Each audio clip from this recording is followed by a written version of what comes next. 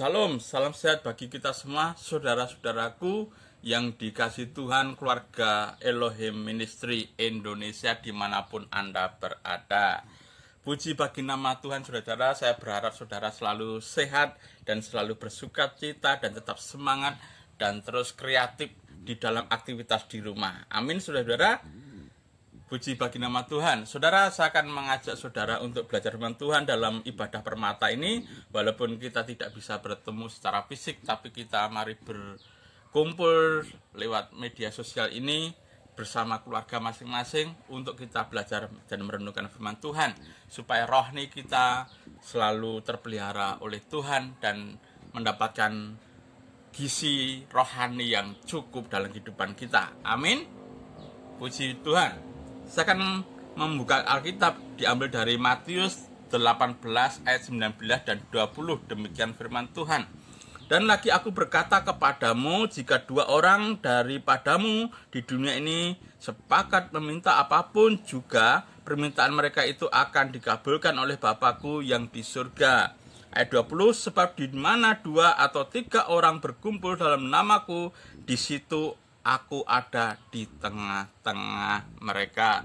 Yang menjadi renungan dan pusat perhatian kita di sini adalah ayat yang 20. Saya ulangi, sebab di mana dua atau tiga orang berkumpul dalam namaku, di situ aku ada di tengah-tengah mereka. Ini janji Tuhan, saudara. Jika ada 2 sampai 3 orang berkumpul di dalam nama Yesus, artinya berkumpul karena iman kepada Kristus, karena beribadah kepada Kristus, karena berdoa kepada Kristus, karena kita adalah orang-orang yang ada di dalam tubuh Kristus, maka Yesus memberikan satu janji, jaminan kepada kita semua, Allah akan hadir. Saudara-saudara, dengan adanya virus corona ini, saudara-saudara, imbauan pemerintah supaya ada lockdown dan ibadah kita tidak bisa berkumpul bersama di rumah ibadah, tapi di rumah masing-masing. Saudara-saudaraku, membuat kita ini tidak bisa leluasa ibadah seperti yang biasanya kita lakukan. Tapi di sini saudara, kita ini diingatkan kembali bahwa sebenarnya di dalam ibadah itu tujuannya apa? Dan ukurannya ibadah itu berkenan di hadapan Tuhan itu apa? Dan motivasi ibadah kita itu apa, saudara? Dengan adanya ibadah di rumah masing-masing ini kita diuji secara kedewasaan rohani kita. Motivasi kita beribadah. Dan juga sejauh mana kita itu memiliki komitmen dan kerinduan untuk menyembah, untuk memuji Tuhan, untuk memuliakan nama Tuhan, untuk merenungkan firman Tuhan itu sejauh mana? Apakah punya kesadaran diri sendiri, ada kerinduan, ada niat dalam hati kita masing-masing untuk memang kita itu rindu datang pada Tuhan, rindu menyembah Tuhan, rindu bersekutu dengan Tuhan, rindu memuliakan Tuhan, rindu berfellowship dengan Tuhan, atau karena ada tuntutan jadwal atau kewajiban-kewajiban yang dihimbaukan oleh gereja. Nah, ini kita diuji di sini, saudara-saudara.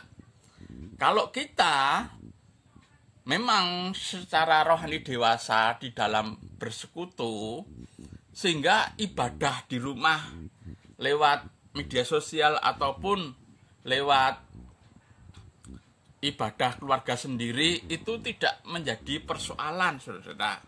Bahkan karena di ayat ini dikatakan dalam suatu persekutuan di mana Allah hadir, Yesus hadir di tengah kita itu tidak diukur seberapa banyak orang yang ada, yang berkumpul.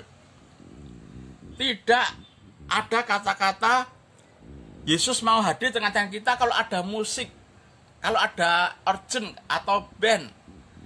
Dan juga tidak disebutkan dalam ibadah di sini Tuhan memberikan jaminan hadir kalau disusun dengan liturgi yang sedemikian komplitnya.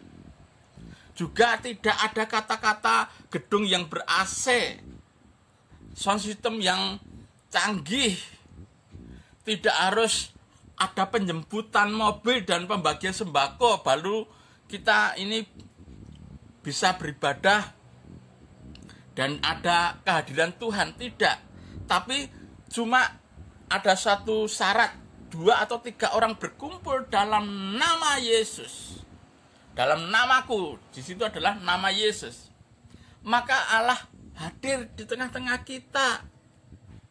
Jadi yang menjadi tolak ukur ibadah itu berkenan nanti tidak di mana ada hadirat Tuhan atau tidak, itu tergantung hati kita, tergantung motivasi kita, tergantung iman kita, tergantung ketaatan kita di hadapan Tuhan. Tidak dipengaruhi oleh kemasan fisik, oleh tempat, oleh sarana prasarana, tapi 2-3 orang dalam namaku, artinya beriman kepada Tuhan, hidup taat kepada Tuhan, hidup memuliakan nama Tuhan, hidup dalam kekudusan sesuai dengan firman Tuhan, ibadah yang dimotivasi karena Tuhan, maka Allah hadir tengah-tengah kita. Jadi saudara-saudara, mari saudara kita manfaatkan ketika ada imbauan pemerintah untuk lockdown karena virus corona ini. Jangan sampai malah terbalik, kita bebas, tidak memiliki kewajiban untuk ke gereja, untuk memberikan persembahan, untuk ibadah permata ataupun doa-doa. Enggak, justru kita semakin dekat kepada Tuhan. Kita harus semakin rajin dalam belajar firman Tuhan, rajin untuk beribadah di hadapan Tuhan, untuk berdoa di hadapan Tuhan. Terlebih di dalam situasi ini kita benar-benar diuji iman kita di hadapan Tuhan untuk menghadapi badai virus corona ini, saudara-saudara, yang mengakibatkan efek begitu luas dalam kehidupan kita, sosial, keamanan, ekonomi, keuangan, dan semuanya, saudara. Dan ini kita butuh terobosan iman kita, saudara, butuh doa yang ekstra untuk hadapi semuanya ini. Secara strategis sudah dilakukan, upaya-upaya medis sudah dilakukan, tapi sampai saat ini masalah virus corona belum selesai.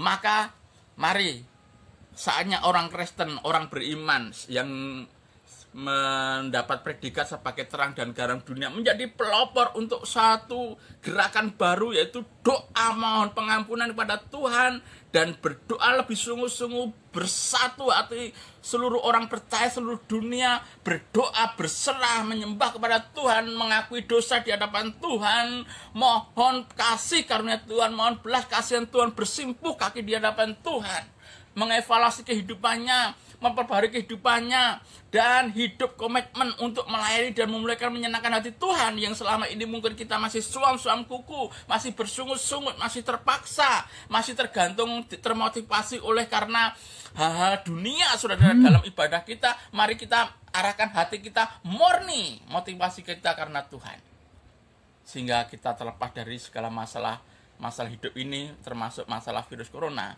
Dan rohani kita semakin dewasa, dan kita semakin tangguh, dan semakin kuat, dan siap untuk mengalami masa penuaian besar-besaran di dunia ini, yaitu banyak jiwa-jiwa yang bertobat. Kita siap menampungnya.